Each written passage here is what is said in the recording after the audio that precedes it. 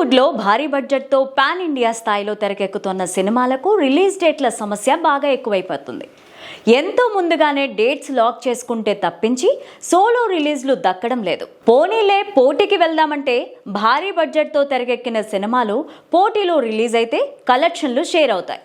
క్రమంగా కలెక్షన్ల మీద ఆ ఎఫెక్ట్ పడుతుంది. అందుకే పెద్ద సినిమాల దర్శక నిర్మాతలంతా సోలో రిలీజ్ డేట్ కోసం వెయిట్ చేస్తూ ఉంటారు. దానికోసం ఎంతో ముందుగానే డేట్ను లాక్ చేసుకొని ఆ డేట్ పైన కర్చీఫ్ వేసుకొని కూర్చుంటుంటారు.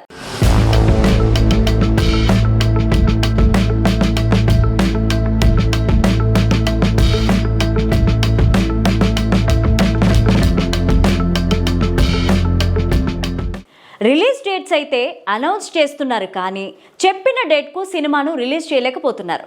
దానికి కారణం నటీనటుల కాల్ షీట్స్, షూటింగ్ లేట్ అవ్వడం, విఎఫ్ఎక్స్, పోస్ట్ ప్రొడక్షన్స్ ఇలా ఏవైనా ఉండొచ్చు. దీనివల్ల రిలీజ్ డేట్స్ వాయిదా పడడంతో పాటు ఏ క్లాష్ అయితే వద్దనుకుంటున్నారో ఆ క్లాష్ ఎదురయ్యే పరిస్థితులు వస్తున్నాయి.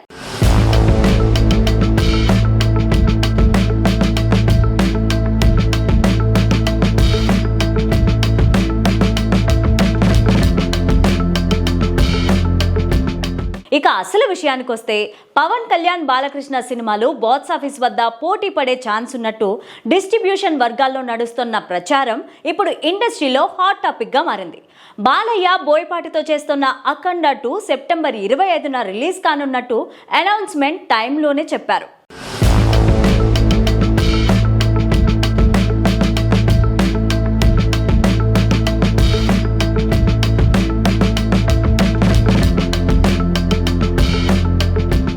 మరోవైపు పవన్ కళ్యాణ్, సుజీత్ డైరెక్షన్ లో చేస్తున్న ఓజీ సినిమాను సెప్టెంబర్ 26న రిలీజ్ చేస్తే ఎలా ఉంటుందని నిర్మాత డివివి దానయ్య డిస్ట్రిబ్యూటర్లతో అన్నారట. అయితే ఓజీ సినిమాను ముందు సెప్టెంబర్ 5న రిలీజ్ చేద్దామనుకున్నారు, కానీ ఆ టైంలో సెలవులు ఉండవు కాబట్టి సెప్టెంబర్ 26న పండగ సీజన్ను వాడుకోవాలని దానయ్య ప్లాన్ చేస్తున్నారని అంటున్నారు.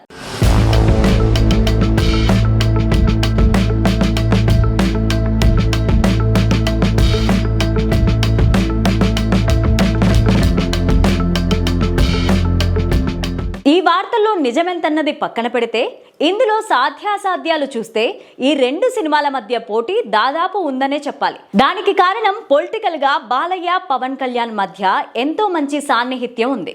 దాన్ని కాదని ఇద్దరు బాక్స్ ఆఫీస్ వద్ద పోటీ పడి కలెక్షన్లు షేర్ చేసుకొని నష్టపోవాలని అనుకోరు. ఒకవేళ నిర్మాతలకు ఈ దిశగా ఆలోచనలున్నా హీరోలిద్దరూ మాట్లాడుకుని దాన్ని పరిష్కరించుకునే వీలుంది. కాబట్టి ఓజీ, అఖండ 2 సినిమాల మధ్య క్లాష్ దాదాపు ఉండకపోవచ్చు.